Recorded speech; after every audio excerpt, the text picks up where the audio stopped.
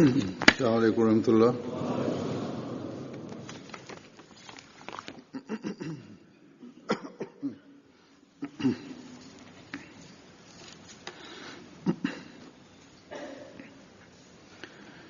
أشهد أن لا إله إلا الله وحده لا شريك له وأشهد أن محمدا عبده ورسوله أما بعد فأعوذ بالله من الشيطان الرجيم بسم الله الرحمن الرحيم الحمد لله رب العالمين الرحمن الرحيم مالك يوم الدين إياك نعبد وإياك نستعين اهدنا الصراط المستقيم صراط الذين أنعمت عليهم غير المغضوب عليهم ولا الضالين.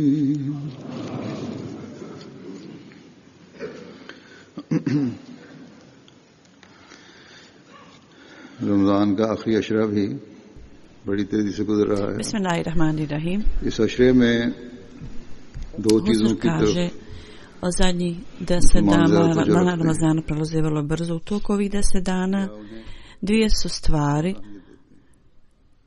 na koje muslimani kojima posvećuju najviše pažnje i zapravo daju pretjeranu važnost tome. Jedna je Lejletul Kadr, a druga je Džumatul Veda. Jedna od njih, Lejletul Kadr, jedna od ovih stvari je stvarno, ona nosi veliku važnost i to je dokazano, časni poslanik je to dokazao, isto tako je dokazano u hadisima. Mi nalazimo također spominjanje ovih navoda, slično tome u Kur'anu je to također spomenuto. Međutim, druga stvar Džumatul Veda je nešto što muslimani su sami ili ulema, ovi vjerski učenjaci su sami napravili interpretaciju i tumačenje i dali drugačiju boju tome. Danas ja želim, Huzur kaže, da skrenem pažnju u pogledu njihove važnosti i spomenut ću kratko o tome. Danas isto tako ja sam se okoristio iz pisanja nekih hudbi drugog halife i Halifatul Mesiha drugog radijallahu anhu. U pogledu Lejletul Kadr razni navodi su dali razne definicije tome i neki spominju 21. noć Ramazana, drugi 23. do 29. noći oni spominju i neki su vrlo čvrstog uvjerenja da je 27. noć Ramazana noć Lejletul Kadr i općenito u pogledu toga ovo je prenošenje pripovijed da ljudi treba da traže noć Lejletul Kadr u zadnjih 10 dana Ramazana, za 10 noći. U svakom slučaju Lejletul Kadr je na noć odredbe i to je takva stvar koja je stvarna stvar i ovo je također stvarnost da je časni poslanik sallallahu alejhi ve sellem u pogledu ove posebne noći dato mu je znanje o toj noći na precizan način u kojem stvarni muslimani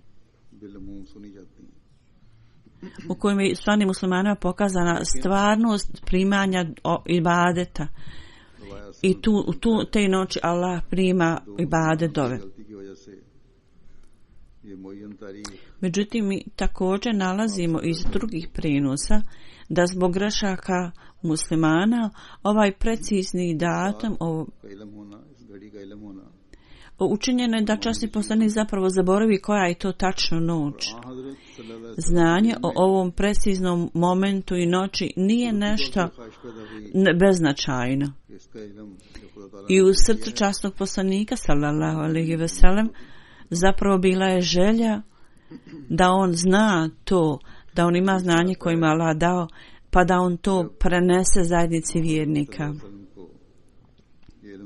U hadisu je spomenuto da kad časni poslanik sallallahu alejhi ve sellem, kad mu je dato ovo znanje o ovoj noći i on je izišao vrlo sretan iz svoje kuće, tako da to može spomenuti ljudima, tako da se mogu koristiti od toga.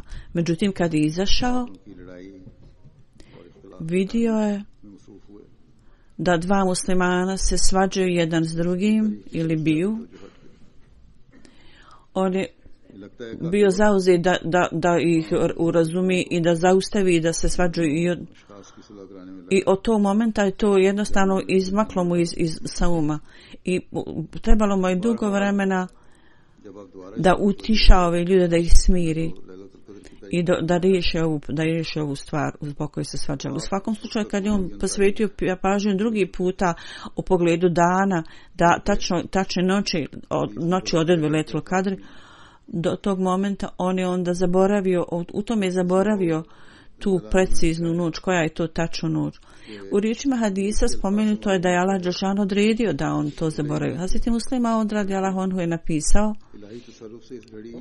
da iz riječi hadisa izgleda da on nije samo to zaboravio, jednostavno zaboravio, nego zapravo pod Božjim utjecajem Allah je odredio da on to zaboravi, taj precizno datum, to precizno noć. Časni poslanik nam je rekao, zbog ove bitke, zbog ovih razlike u mišljenju između ovih ljudi, znanje o ovoj noći je od mene bilo odstranjeno, oduzeto.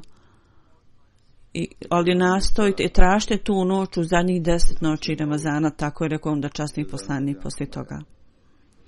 I ovdje vrlo važna stvar je, Hazreti Muslima radijallahu anhu je spomenuo da tog momenta, taj moment,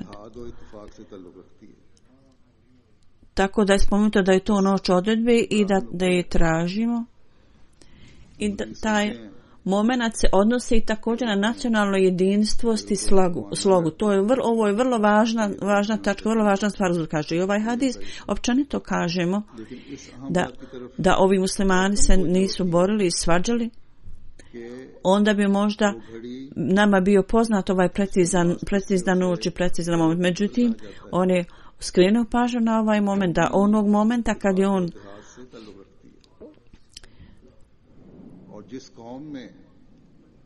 zbog njegove važnosti ova noć je nazvana noć odredbe, također se odnosi na nacionalnu jedinstvenost i sklad i ljudi ili nacija u kojoj jedinstvo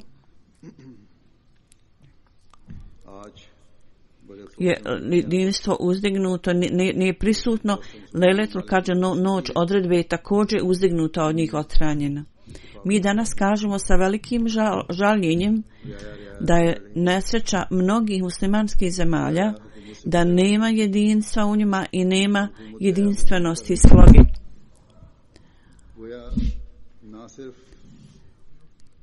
I ljudi ovih zemalja se bore sa vladom, vlada se bori sa njima. Drugim riječima, ne samo da nema jedinstva i sloge među njima, zapravo se čini velika nepravda. I oni sve više ističu ovu nepravdu i ovo tlačenje. I sve više idu u to. Dakle, ovo jedinstvo je ova sloga. Zbog nedostatka sloge jedinstva, rezultat je da su drugi također opterećeni, da u pogledu muslimana oni rade šta god hoće. Ovo je razlog. Recimo Izrael, na primjer, nevine Palestince, oni su učinili metom i na vrlo tlačiteljski i agresivan način, da muslimani imaju jedinstvo među sobom i da slijedi put koji je rekao Allah dželešanohu. U tom slučaju muslimanske zemlje imaju ogromnu moć i ova vrsta nepravde se ne bi smjela činiti muslimanima. Tu imaju određeni principi rata i neke pravila i protiv Izraela. Palestinci nemaju nikakve moći. Kažu da Hamas također čini pristupe i agresiju, tako da muslimani trebaju da ih zaustave. Međutim, tlačenje obiju strana je takva da ako neko to radi štapom ili šipkom, a druga osoba to radi oružjem i pucanjem, to oni to smatraju jednakim.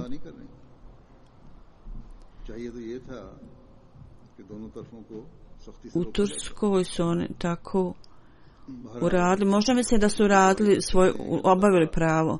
To nije u redu. Oni trebaju sa čvrstinom da zaustave obe strane. Međutim, u svakom slučaju mi samo možemo moliti Allaha da Allah dželešanohu ovo tlačenje ljudi zaustavi i da ljudi budu spašeni od ovog tlačenja. I da u muslimanskim zemljama također tlačenje koje je učinjeno jedno protiv drugih koje ne čine i ovo se širi i uvećava se da im Allah dadne mudrost. I ovi ljudi koji proglašavaju kalime šehadet kao svoju vjeru, oni imaju oni su ukaljali svoje ruke krvlju drugih ljudi koji također proglašavaju kalime šehadet. Bez jedinstva niti oni mogu učiniti ibadet kako treba, niti njihove želje mogu biti ispunjene. Da imamo priliku lejletul kadr primanja dova.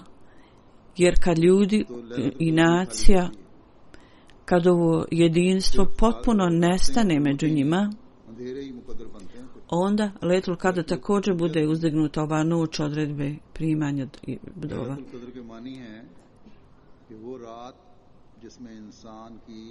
Jer ono što ostane ovdje je samo mrak i napredak je potpuno uzdignut. Lejletul znači noć, ta noć u kojoj procjena i odredba bude odlučena i donešena i odlučeno je koju vrstu tretmana će imati naredne godine i koliko će napraviti napretka i koliko će koristi dobiti i kakve će gubitke morati podnijeti. I sve stvari, odredbe osobe zapravo su u mraku. Niko ne zna šta osobu čeka. Iako ovaj primjer vežemo sa fizičkim stanjem, Hazreti Muslima radijallahu anhu je spomenuo to na ovaj način, da mi u Kuranu nalazimo da fizički napredak čovjeka je također u mraku, u utrobi majke. To je kombinacija slojeva i slojeva mraka. I tamo napredak ljudskog zametka i djeteta bude tamo odlučen. Ako hrana nije prikladna, dijete bude slabo. Tako da ovo je dobro utvrđena stvar. Majka, prividna atmosfera oko nje također utječe na dijete, slično tako hrana majke utječe na dijete u maternici.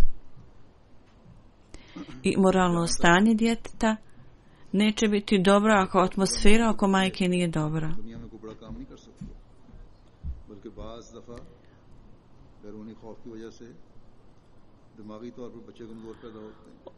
Ako je majka prepadnuta i dijete će tako to će utjecati na dijete. Zbog ove vanjskog ovog straha to na djecu mentalno jako loše utječe. oni koji imaju dobru atmosferu i dobru hranu, to utječe na pozitivan način na dijete. Zato Islam kaže da u toku trudnoći savjetuje se da majka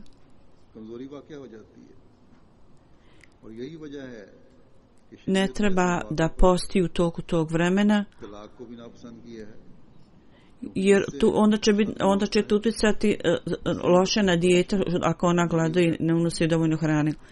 Isto tako, razvod u ovo vrijeme nije preporučljiv zato što šok razvoda utjecat će na nerođeno dijete. I zato Islam kaže da u to vrijeme Islam ne prihvata proces razvoda braka. Zbog uzbuđenja koje majka ima, to utječe na nerođeno dijete u maternici. U Islamu također je rečeno i poučeni smo da se uzdržimo od šejtanskih misli, tako da loše misli ne smiju uopšte biti u glavi, koje mogu biti prenesene na buduće generacije.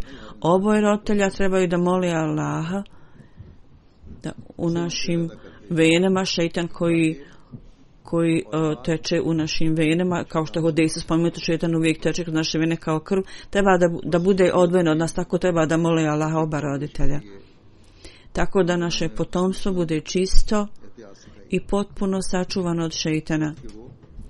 I za hranu djeteta Islam nas je poučio da treba da vodimo brigu o tome kad je dijete u slojevima mraka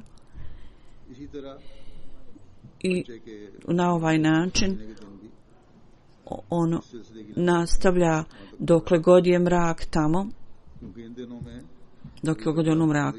Slično tome i dane kad dijete doji također su određeni time, jer u ovim danima, u ovo vrijeme, dijete ne posvećuje nikako pažnju svijetu, zapravo posvećuje svu pažnju svoju majci, odnosno onom koji hrani. Majka u ovo vrijeme također se savjetuje da majka ne treba da posti u vrijeme, tako da to nema nekakav loš utisak na hranu djeteta. Dakle, kako se fizički napredak odvija u mraku, slično tome i duhovni napredak također događa se u noći. Napredak svake nacije ide do takvog nivoa kako god su rane žrtve tog naroda, i standard napretka ovih nacija je zapravo Lejletul Kadr, noć odredbe. I standard njihovog napretka je zapravo Lejletul Kadr za ove ljude. Zato je časni poslanik sallallahu alejhi ve sellem spomenuo, što osoba postane draža Allahu dželešanuhu, on će više moliti i biti bliže Allahu. Mi također u vrijeme prolazimo kroz period kušnji i ovo je zapravo noć odredbi, Lejletul Kadr, tamna noć. I zbog ove kušnji i zbog toga traganje za istinskom Lejletul Kadru postane još jača i više pažnje je posvećeno ibaditu i osoba se više i revnije okreće Allahu dželešanuhu kad je u teškoći. I taj odgoj i obuka, period toga osposobljava osobu da ide uspješno prođe kroz ovaj period. Međutim, u toku ovog perioda naše jedinstvo i naša sloga, ako upotrebljavamo standarde ovih stvari, tako da u tom slučaju, ako ne budemo koristili ovo, nećemo biti u stanju da se koristimo od Lejletul Kadr. Ako naše žrtve, ako to smatramo Allahovim zadovoljstvom i nastavimo to učiniti, onda ćemo nastaviti vidjeti napredak. I primajući i vidjevši ove uspjehe, nama će bit će nam dat novi život i bit ćemo kao da nam je dat novi život. I uzajamno jedinstvo i sloga, ako to budemo održavali radi Allaha, onda ako Bog da inšala bit ćemo u stanju da vidimo nove odredbe i visine našeg napretka. Dakle, ovo je vrlo važna stvar i krasna stvar koju uvijek moramo imati na umu. Da kad u ovoj Lejletul Kadr iziđemo iz te noći uspješno, onda da napravimo napredak i da nastavimo da pravimo napredak u tome, onda odluke u pogledu toga će također biti izvanredne. Ove odluke koje treba da donesemo, jer Allah dželešanu sluša dove i Allah nam je pokazao Lejletul Kadr. Dakle, neophodno je da se držimo ovih stvari koje s ciljem da dobijemo Lejletul Kadr, postanemo odgovorni za to. I onda naša zora će biti također izvanredna. Izvanredni uspjesi će nam biti pokazani. Tako, s ciljem da se okoristimo od Lejletul Kadr, mi trebamo uvijek imati ove stvari na umu. Lejletul Kadr je ime momenta onog primanja, žrtvovanja koje je Allah primio. I kad nešto bude primljeno od Allaha, kod Allaha, onda nema nikakve više dalje tereta na osobu. Tako da treba da radite za primanje žrtava. Islamski ratovi, na primjer bitka na Bedru, nevjernici su bili ubijeni također neki muslimani, međutim, smrt nevjernika nije bila Lejletul Kadr. I njihove žrtve nisu bile Lejletul Kadr. Međutim, ubijstvo muslimana sigurno je bilo Lejletul Kadr. Jer Allah dželešanu je odredio i proglasio da su to žrtve koje Allah prima. Treba zato da zapamtite, dok činite ibadete, molite Allah dželešanu, kada Allah dželešanu stavi cijenu na to, on ne stavlja cijenu na obične patnje i to nije Lejletul Kadr, to je kazna. Kazna za te ljude, nevjernike. I teškoće na koje Allah dželešanu stavio cijenu, to je Lejletul Kadr. To jest da kažemo mrak i kušnje i teškoće u pogledu kojih je Allah dželešanu odredio da će ih nagraditi, to je Lejletul Kadr. Allah dželešanu za ljude je odredio određena vremena u kojima koje god žrtve oni učinu, ove žrtve su uvijek primljene kod Allaha. Sigurno džemat Ahmedija je uvijek vidio manifestaciju ovoga i nastavit će da vidi. U nekim zemljama situacija protiv Ahmedijata je vrlo delikatna i teška i zbog ovih napetih stanja ili ovih napetih uvjeta oni daju radosne vijesti o dolasku zore i na isti način ova Lejletul Kadr u ovim zemljama, ovim gradovima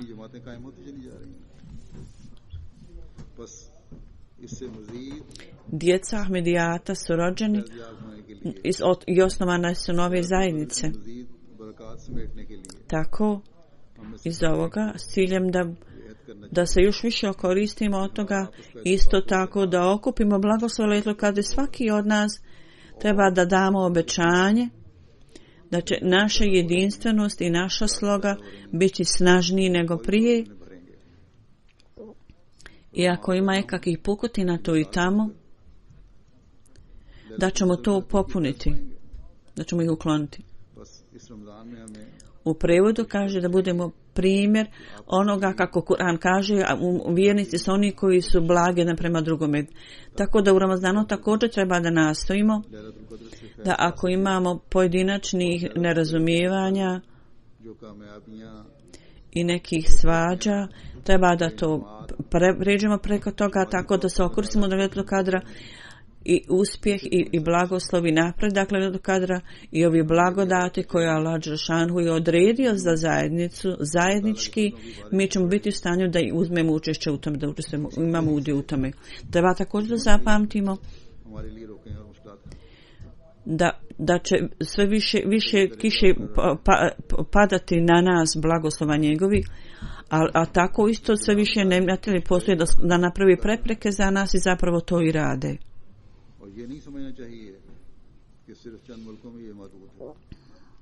I on će nastaviti da nastavi na teškoće i na kuše i oni to rade. I nemojte smatrati da je ovo samo negdje u nekim mjestima vatra u ljubomore s ciljem da zaustave napad Ahmedijata. Oni čini sve što mogu naši protivnici i oni će to raditi svuda. Međutim, Lejletul Kadr, radosne vijesti o noći odredbe, će nam pomoći da se zaštitimo od štete i povrede naših protivnika i tlača njihov. I ovo je radosna vijest koja nam je data. I dakle, sve dotle dok naši uvjeti, naše stanje bude oblikovano, budemo nastavili da ga oblikujemo u skladu sa Allahovim naredbama, onda ćemo biti u stanju da dobijemo blagoslov noći odredbe Lejletul Kadr. Svrha mu'mina muslimana i naših želja je da napredak, da džemat napreduje, da budemo u stanju da vidimo na takvoj visini koje u skladu s obećanjem koje je Allah već nama dao. Obećan Mesija alejhi salam i vežući sebe uz obećanog Mesija alejhi salama, mi moramo postati dio ovog napretka na onaj način kako obećani Mesija alejhi salam nam rekao. I to dolazi na ova dva načina na koji je on spomenuo svrhu njegovog dolaska, svog dolaska. To jest da kažemo, prva je, čovjek treba da bude u stanju da se poveže sa Allahom dželešanu, a drugo je da čovjek mora ispuniti dužnosti prema drugim ljudima. Ovo su dvije stvari koje su naša dužnost i odgovornost. Da s jedne strane treba da uzdižemo standard svog ibadeta, obožavanja, a s druge strane moramo izaći iz ovih teškoća, nerazumijevanja koji smo primali među sobom i također da pomognemo jedan drugome. Nemoguće je da ispunjavamo prava drugih ljudi, a da isto tako budemo ljuti u isto vrijeme na drugom. Mi slijedimo ako budemo slijediti ovaj princip, bit ćemo u stanju da razumijemo stvarnu značaj Lejletul Kadra, isto tako da to razumijemo.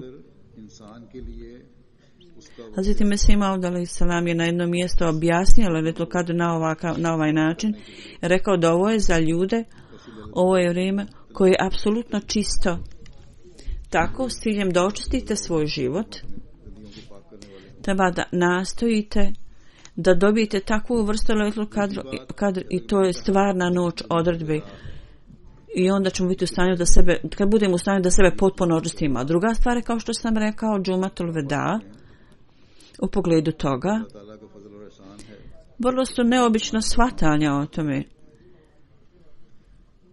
I on jako mnogo među ljudima takvo mišljenje vlada da je ovo blagoslov Allahu, da nama je dao Allah blagoslov da postanemo imami ovog doba i sve ove pogrešna shvatanje, koncepti, mi smo zaštićeni od toga. Ahmedi muslimani uvijek treba da se čuvaju od ovakve vrste imstva, inače kakva je svrha onda da podete Ahmedi. Ne Ahmedi, većina njih osjećaju, misli da ako zadnji petak u toku mjeseca Ramazana dođu na džumu, onda i one namaze koji su namjerno ispustili, to će im sve biti oprošteno zato što su ispunili ovu dužnost. Znači samo da slušaju jednu hudbu misli i što obavljaju 2 rekata namaza, džume namaza. Oni misle da su svi poroci njihovi potpuno očišćeni, da budu potpuno čisti, da postanu potpuno čisti kao rezultat toga.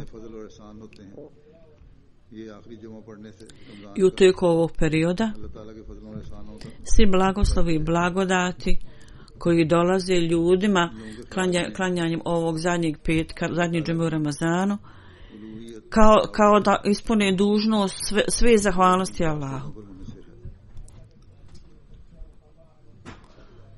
U pomišljenju ovih ljudi Allahovo božanstvo kao da ovisi neuzubila o njihovim seđdama, njihovom ibadetu. Da su oni učinili veliku naklonost Allahu dželešanu što su obavili ove 4 seđde u 2 rekata džume, da su ispunili svoju dužnost prema Allahu. Takvi ljudi ne dobiju nikakvu korist niti od ove zadnje hudbe, ni od Ramazana, niti od dolaska Lejletul Kadr, to ništa nije od koristi za ove ljude. Uvijek zapamtite ovu stvar, da naredbe Allahove su, činjenica je da su naklonost na nas. Držeći se, sljedeći ove naredbe Allahove je u našem vlastitom interesu, to nije kazna na nas. Da nalazimo izgovore da to ne radimo.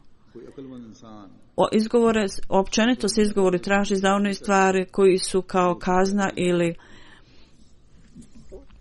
nametnuta kazna. I nijedna osoba koja ima znanje neće tražiti izgovore za stvari koji su mu od koristi.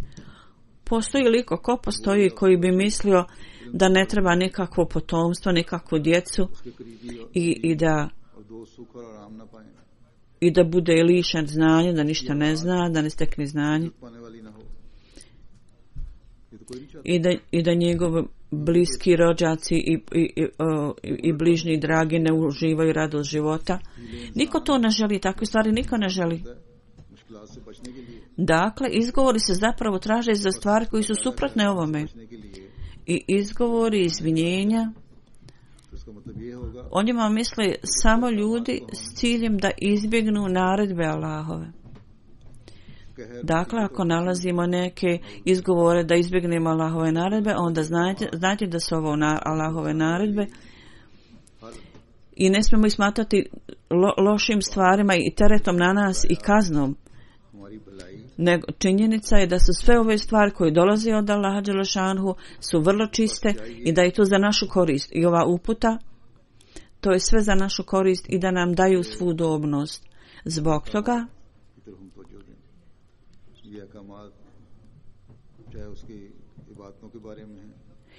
treba da bude tako da posvetimo pažnju Allahovim naredbama, bilo da su ove naredbe u pogledu ibadeta ili u pogledu drugih stvari u životu. Sve ove stvari su za naše dobro. Zbog toga nijedna naredba Allahova ne smije se smatrati kaznom. To bi bilo kao lišavanje sebe Allahovog blagoslova. Uvijek treba da zapamtite da onaj koji nam je dao život i onaj koji nas je poslao ovaj život je Allah dželešanu. I onaj koji nas je poslao na ovaj život, on je odredio naš cilj u životu. I kao što je on rekao u prijevodu, ja nisam stvorio ljude ni džine, nego da me obožavaju, da mi čine ibadet. Ja sam stvorio ih samo za taj cilj da mene obožavaju. Allah tako kaže. Dakle, kad je ovo svrha našeg stvaranja, da treba da obožavamo Allaha, onda ovo se ne odnosi ni na kakav određen datum ili na određen petak. Zapravo svaki namaz, svaki petak je obavezan. Osim od dobrovoljnih namaza koje osoba u skladu sa svojom mogućnosti i situacijom oklanja obavlja s ciljem da stekne se veću blizinu Allahu. Dakle, ovo je posao istinskog muslimana, istinskog vjernika, da slijedi sve naredbe Allahova i da ih se drži i da sa svim svojim naporom i svim svojim sposobnostima, pogotovo ibadet koji je stvarna svrha čovjekovog života. U to treba da posvetimo tome veliku pažnju i veliku istaknutost tome da dadnemo i onda korist dobrobit ovoga koji dolazi nama nije da je ibadet obožavanje beskoristan. Jako je mnogo koristi koji primamo kao rezultat toga. Allahovo božanstvo je jedinstvenost utemeljen bez našeg ibadeta. Međutim, ako smo mi oni ljudi koji činimo ibadet i obožavamo Allaha, onda blagoslovi Allahovi bit ćemo ljudi koji primaju Allahove te blagoslove i blagodati Allahove. Uvijek imajte ovo na umu. Da ćemo biti nazvani ljudima istinski, koji istinski vjeruju kad budemo postupali prema Allahovim naredbama. I istinski vjernik i predani mumin, njegov odnos sa Allahom je takav kao odnos dva prijatelja. I ovo treba da zapamtite, da stvar prijateljstva je obostran. Ponekad vi prihvatite stvari i prihvatate one stvari sa predanošću i iskrenošću. I nije samo da vi nastavite da primate od jednog prijatelja, a nikada vi ne uzvraćate, ne date ništa od svoje strane. Dakle, odatle treba da shvatimo odnos, relaciju ibadeta i to je također koncept prihvatanja ibadeta. Ako budemo slijedili naredbe Allahova i činimo to iskreno i predano, on će također slušati naše dove. I drugo, prijateljstvo koje je čisto, u tome prijatelj nikada ne može ništa željeti loše za svog prijatelja.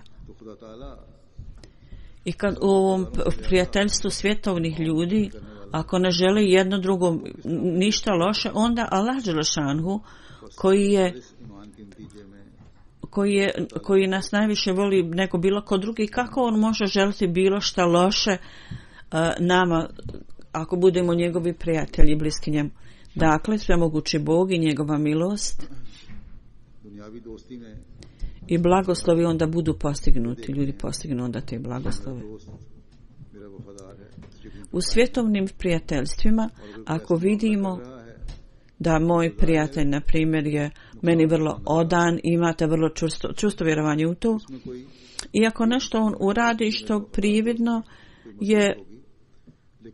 prividno nije dobro, onda osoba može misliti kao što on je uvijek odan meni, onda mora biti neki razlog zašto on to loše čini. Sigurno neće biti kakav loš ishod od toga. Jer moj prijatelj ne želi da mi doda nekako štetu, zapravo njegova namjera uvijek mi daje korist.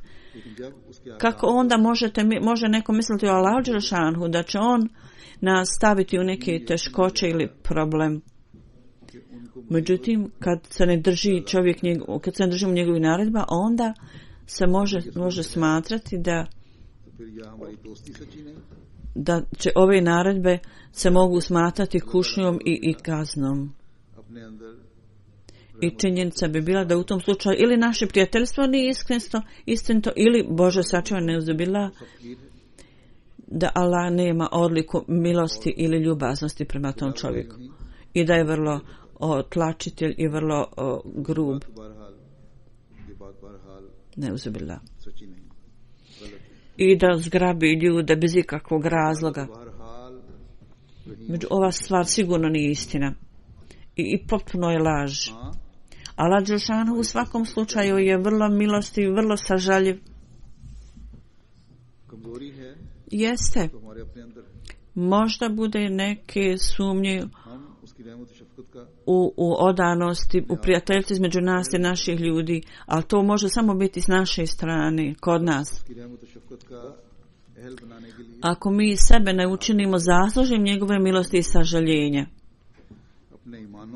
i s ciljem da nas učini da zaslužimo njegovo sažaljenje, mi moramo posvetiti pažnju svom stanju. Naša vjera treba ojačati. I Allahovih naredbi, moramo se držati Allahovih naredbi. I naredbe Allahove treba smatrati kao milost Allahu i njegovu naklonost prema nama. Ako Allahove naredbe smatramo Allahovom milošću i sažaljenjem, onda nikada ih nećete odbijati, nego ćete zapravo postupiti u skladu s tim, uvijek ćete jačati svoju vjeru u sebi. Utemeljite ove naredbe i stavite ih u svoje srce.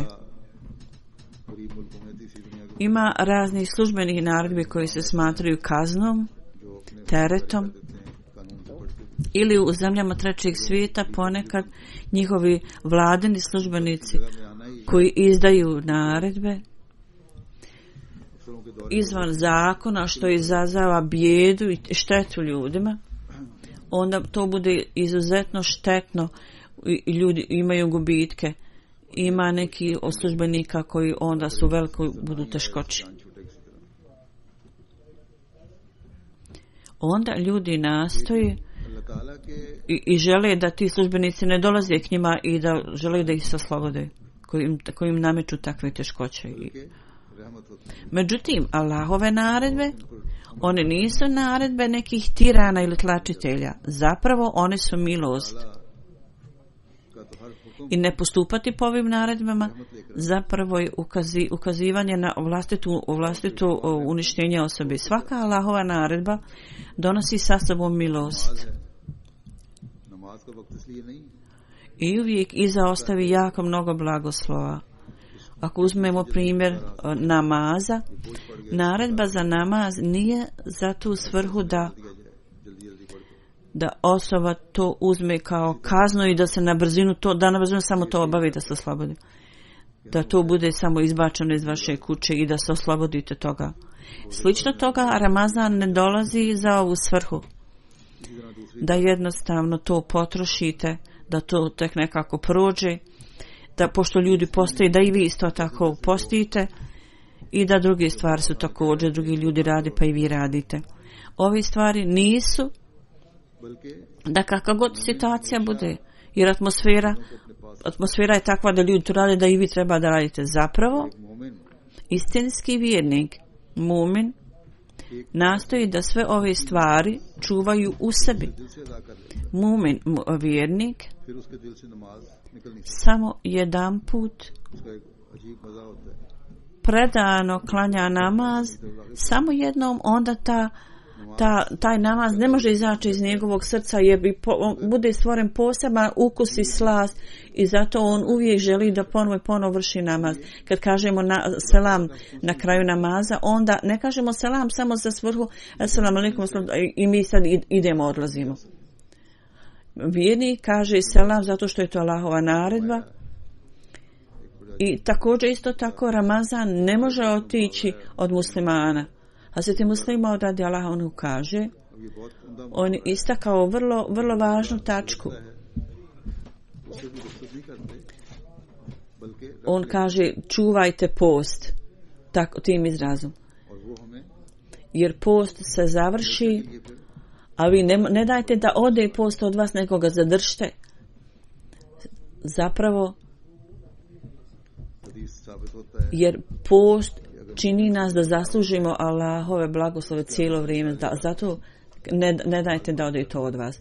U hadisu je potvrđeno da ako mumin napravi neku grešku, onda njegova veza s Bogom postane zaštita za njega i zaštićuje ga od uništenja, razaranja. U pogledu svake vrline treba da imate ovo na umu, da ne smijete dati da ode, nego zapravo zadržite da to uvijek ostane kod vas. I to je jedina stvar od koje uvijek možete koristiti se, koja uvijek je tu, koja je uvijek prisutna. U Kur'anu Allah kaže, što znači dobra djela su ona koja ostaju. Dakle, onaj Ramazan koji smo potrošili činjenjem dobrih djela, to je Ramazan koji ostaje i treba da ostane s nama. Ovih dana nema sumnje, znači on proći ovih dana. Međutim, sve dotle dok ova dobra djela koja su kao rezultat ovog Ramazana koja ste učinili i koji su se utemeljili u nama, neće dati da Ramazan ovaj ode i musliman uvijek treba da sva dobra djela čini stalnim, da ta dobra djela ostanu s njim. Dani možda prođu, vrijeme možda prođe, međutim Ramazan neće proći, Ramazan je također ibadet. A to nije takva stvar koja prolazi. Ibadet je takva stvar koja uvijek ostaje u srcu vjernika. Tako, kao istinski vjernici, mi treba da nastojimo da ovaj džemat držimo, ovaj Ramazan držimo u svom srcu. O čemu se je rekao, kad osoba čini nešto dobro, onda nastani kao bijela tačka na njegovom srcu. Kad više čini dobra, još bijelih tačaka bude. I kad nastavi činiti dobra djela, onda cijelo njegovo srce postane bijelo. Slično tome, oni ljudi koji čini loše stvari, nastane crna tačka na njegovom srcu i na kraju ako nastavi da čini loše stvari, onda cijelo njegovo srce postane, preokrene se u crno, postane crno, tamno. Zbog toga, dobro i loše, oba dvije vrste postupaka dolazi i ostavlja određen dojam na srce. Mi treba da činimo napore da dobra djela budu u srcu našem i da ostavljaju trag i dobre stvari, dobra djela koje smo učinili da ostanu uz nas, da postanu stalni. I Allah Đelešanuhu dadne da ove stvari koje Allah želi da stvori u nama, dobre stvari, da ostanu u nama, da ispuni naša srca dobrim djelima. I Ramazan za nas da ne bude stvar samo 29-30 dana i noći. Ovi dani i ovi noći, oni dolaze i u drugim mjesecima isto tako. Međutim, ovaj mjesec je takav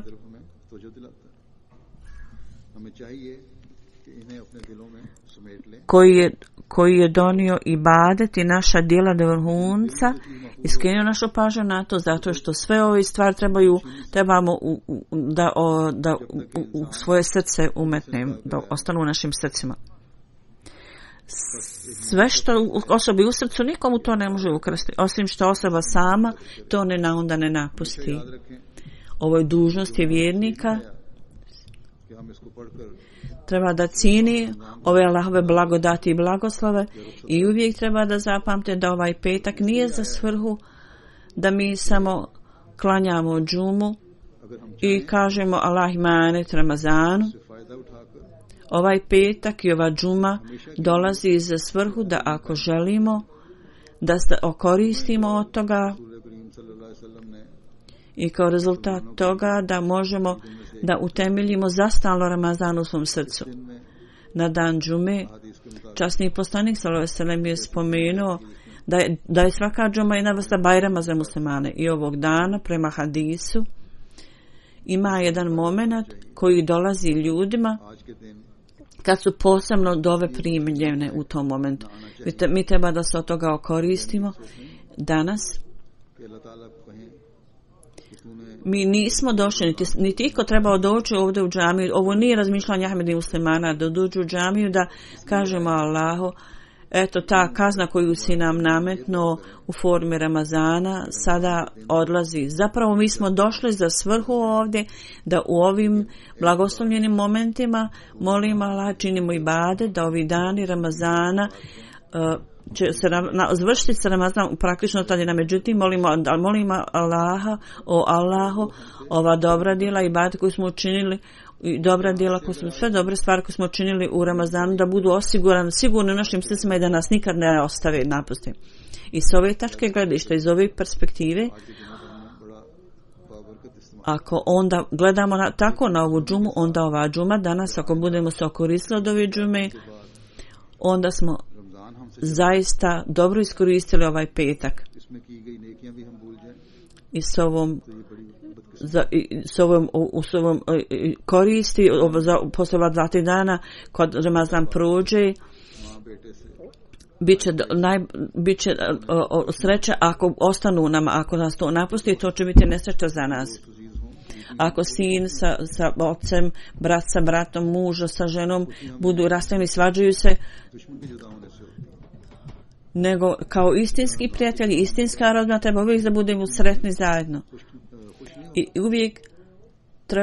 uvijek smo sretni kad neprijatelji odu. Dakle, ako kad Ramazan ode, istinski musliman uopšte ne može biti sretan. On ne može biti sretan da napušta stvar koja mu donosi blagoslove. Ko je ta osoba koja će biti sretna ako blagoslovi odlaze od njega? Ljudi koji su sretni ako odlaze blagoslovi, samo onda mogu biti nazvani takvi ljudi nesretnim ljudima, vrlo nesretnim ljudima. Svaki od nas treba danas da molimo Allaha, da danas treba ovo da bude vezano s nama i da s nama uvijek ostane i nijednog momenta u našem životu da ne budemo rastavljeni od Ramazana. I da uvijek se zamišljamo nad ovom stvaru, šta je Ramazan? I u pogledu značaja Ramazana, šta nas je Allah poučio? Kao što sam spomenuo u prvoj hudbi na džematu, na džumi, u prvoj hudbi na džumi, kao što sam spomenuo, huzur kaže, u prevodu, ovi blagoslovljeni dani u kojim je počela objave Kur'ana, u kojim je Kur'an objavljen, To je mjesec Ramazan i objava časnog Kurana se je završila, međutim ovi ljudi su puni blagoslova, oni su i dužnost je vjernika da u sve dane ponesu ove blagoslove, da posvete pažnju kao što su u Ramazanu, posvete pažnju Ramazanu i slušanju Ramazana, da nastave to i da nastave učiti Kuran tokom cijele godine i da postupaju prema ovim stvarima, da posvete pažnju ovome, samo onda će stvarna svrha Ramazana biti ispunjena. Kad budemo ispunili cilj Ramazana i svrhu Ramazana,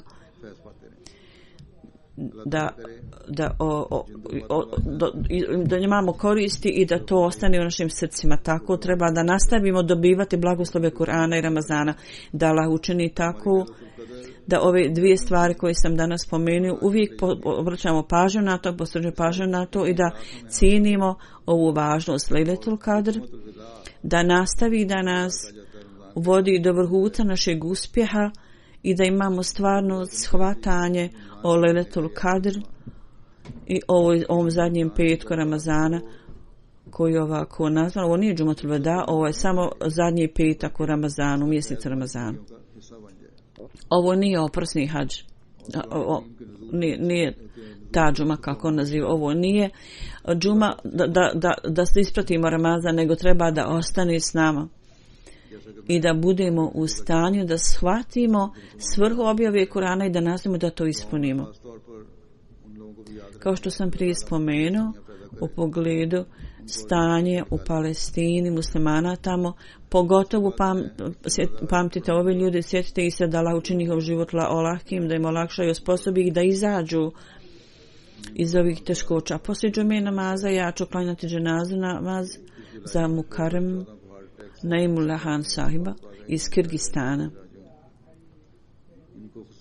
koji je umro 21. jula sa 61 godinom. Inna lillahi ve inna ilaihi rađin.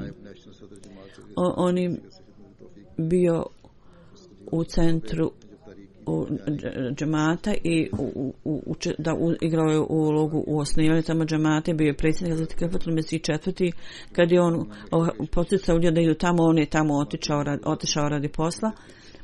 Međutim, tamo je obavio i religijski posao i uvijek je bio na čelu dužnosti u džematu i također je dao prednost dužnosti u džematu nad svojim poslovima. On je do zadnjeg momenta obavljao predano svoje dužnosti.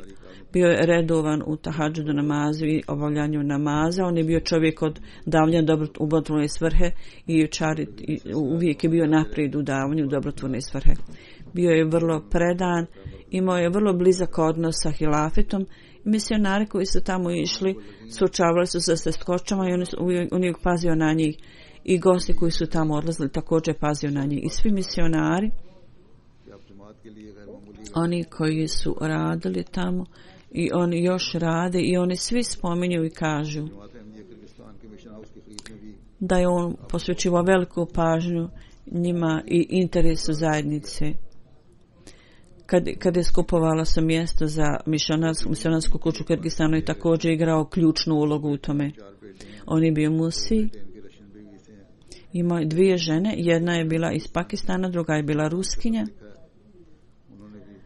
I ima i dječake i djevojčice sa jednom i sa drugom ženom. Ova Ruskinja je također iz Kirgistana. Ona je također napisala pismo i hvale njegov karakter da Allah ima milosti prema njemu i bude ljubazan prema njemu i da Allah Žešanu pazi na njegove žene i djecu. Isto tako da ih čuva vezanim za džemat. I dobre stvari koje je započeo da je Allah osposobi da nastavlja ove dobre stvari. Amin.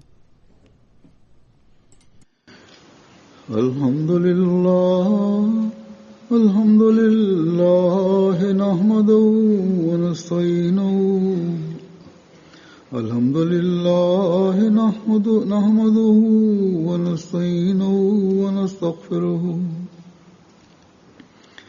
wa nu'minu bihi wa natawakkalu alayhi wa na'udhu billahi min shururi anfusina ومن سيئات أعمالنا من يهده الله فلا مضل له ومن يضلل فلا هادي له ونشهد أن لا إله إلا الله ونشهد أن محمدا عبده ورسوله عباد الله رحمكم الله إن الله يأمر بالعدل والإحسان وإيتاء ذي القربى وينهى عن الفحشاء والمنكر والبغي يعظكم لعلكم تذكرون اذكروا الله يذكركم وادعوه يستجب لكم ولذكر الله أكبر